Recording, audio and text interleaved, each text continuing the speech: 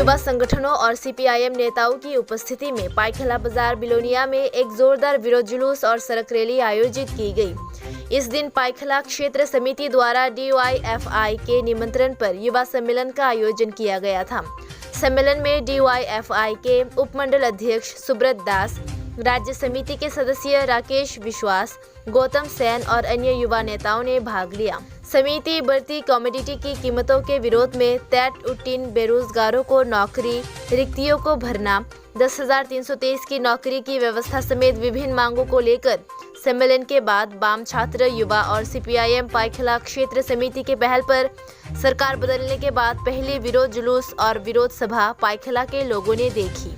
माकपा बिलोनिया संभागीय समिति के सचिव तापस दत्त, संभागीय समिति के सदस्य त्रिलोकेश सिन्हा, भारत चंद्र नगर ब्लॉक के पूर्व अध्यक्ष निर्मल भौमिक और अन्य नेता वामपंथी जन संगठन द्वारा चीजों की कीमतों में वृद्धि के विरोध में बुलाए गए जुलूस और सड़क रैली में मौजूद थे। ये जुलूस पाइखला बाजार की विभिन्न गलियों से होकर निकला। जुलूस के अंत में बाजार में विरोध प्रदर्शन सभा का आयोजन किया गया। बैठक में उन्होंने केंद्र और राज्य सरकारों की विभिन्न गतिविधियों की तीखी आलोचना की। उन्होंने सरकार से महंगाई पर नियंत्रण के लिए उचित कदम उठाने को कहा। जुलूस और सड़क रैली में माकपा कार्यकर्ताओं और समर्थकों में खासा उत्साह देखा गया। অবগত আছেন, গত প্রায় 50 মাস ধরে আমাদের রাজ্যে বিজেপির নেতৃত্বে সরকার চলছে।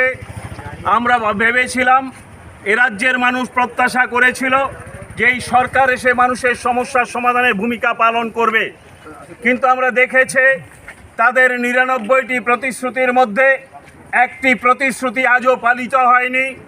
আমরা লক্ষ্য করেছি প্রতিদিন জিনিসের দাম বাড়ছে, আকাশ ছোঁয়া হচ্ছে। আমি জানি না আপনারা অভিজ্ঞতা আছে, আপনারা শুনেছেন যারা বলেছিল সবকা সাথ সবকা বিকাশ, যারা বলেছিল দেশের অগ্রগতি হবে, 28 টাকা কেরোসিনের দাম ছিল প্রতি লিটার, আপনারা সকলেই জানেন। 2014 সালে 28 টাকার কেরোসিন এখন 85 টাকায় কেরোসিন বিক্রি হচ্ছে। এটা কি আছে দেন? কেরোসিন কারা কেনে? বড় লোকরা না গরিব মানুষ? কারা কেনে আপনারা বলুন তো? প্রতিদিন আপনাদের জিনিসের দাম বাড়ছে, পেট্রোলের দাম বাড়ছে, ডিজেলের দাম বাড়ছে। আন্তর্জাতিক বাজারে ক্রুড অয়েলের দাম না বাড়লেও প্রতিদিন পেট্রোল ডিজেলের দাম বাড়ছে। এটা হচ্ছে আমাদের দেশে যে সরকার রয়েছে বড়লোকদের স্বার্থে, তারাই এই কাজ করে চলছেন। কথা ছিল কর্মসংস্থান হবে 50,000। বলতে পারেন পাইখলার কোন যুবক চাকরি পেয়েছেন? গত 4 বছর সময়ে আমরা বলি বামফ্রন্ট সরকার থাকলে ওই পাইখলায় কম করে হলেও 50টা ছেলের চাকরি হতো এই সময় পর্বের মধ্যে। কিন্তু আমরা প্রতিদিন লক্ষ্য করছি যে এইরকম একটি পরিস্থিতির মধ্যে এই সরকার কোনো দায়িত্ব পালন করছে না। জিনিসপত্রের দাম বাড়ছে, আপনারা জানেন, মানুষ বলতে শুরু করেছেন এই সরকার চাই না।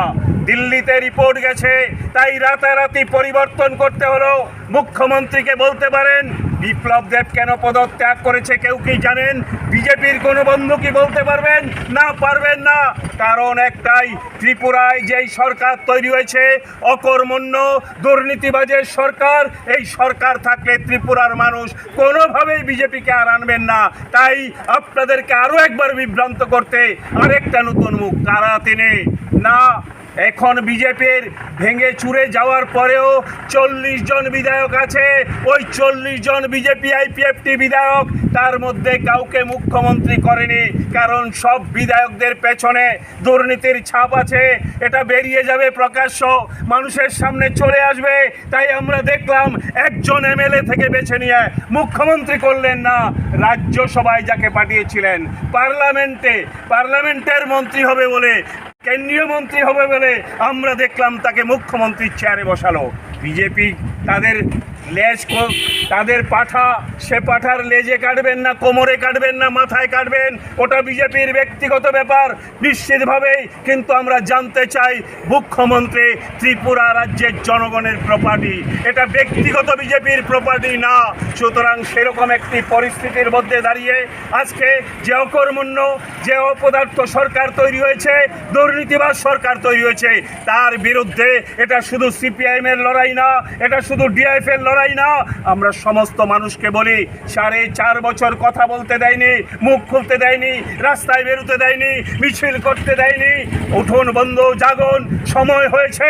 ত্রিপুরা ডাক দিচ্ছে, আরও একবার বামফ্রন্টকে চাই, আরও একবার বামফ্রন্ট। যে বামফ্রন্ট আমার কাজের নিশ্চয়তা দেয়, যে বামফ্রন্ট আমার চাকরির নিশ্চয়তা দেয়, যে বামফ্রন্ট দ্রব্যমূল্য বৃদ্ধি হলে হস্তক্ষেপ গ্রহণ করে। সুতরাং সেরকম একটি সরকার তৈরি করার জন্য, সেরকম একটি সরকারকে আবার পুনরায় রাজ্যের ক্ষমতায় ফিরিয়ে আনার জন্য এই লড়াইতে আমরা সমস্ত অংশের মানুষ চাই। যেই ছেলেটি বিজেপির হয়ে আশা করেছিলেন সিপিআইএমের একটি ফ্ল্যাগ লাগালে 3টি ফ্ল্যাগ পাল্টা লাগিয়ে বিজেপির পক্ষে প্রচার করেছিলেন, সেই ছেলেটির কাজ নেই। সেই ছেলেটি গত 4.5 বছরে এক টুকরো কাজ পায়নি, ওই বিজেপির কাছ থেকে একটা আর্থিক সাহায্য পায়নি। সেই ছেলেটি গুমরে কাঁদছে, সেই ছেলেটি বন্ধুদের কাছে বলছে বিজেপি করেছেন, আমাদের কমরেডদের উপর আক্রমণ করেছেন, অনেক কিছু করেছেন। বন্ধু, আমরা মনে করি এর দায় আপনার না, আপনাকে যে নেতারা চালিয়েছিল, যে দল চালিয়েছিল, এর দায় তাদের। সুতরাং আপনি আসুন, সিপিআইএম আপনাকে স্বাগত। আসুন ত্রিপুরাকে বাঁচাতে, আপনাকে বাঁচাতে, এটাই একমাত্র রাস্তা। আর সেই রাস্তা ধরেই আমাদের আগামী দিন এগিয়ে যেতে হবে।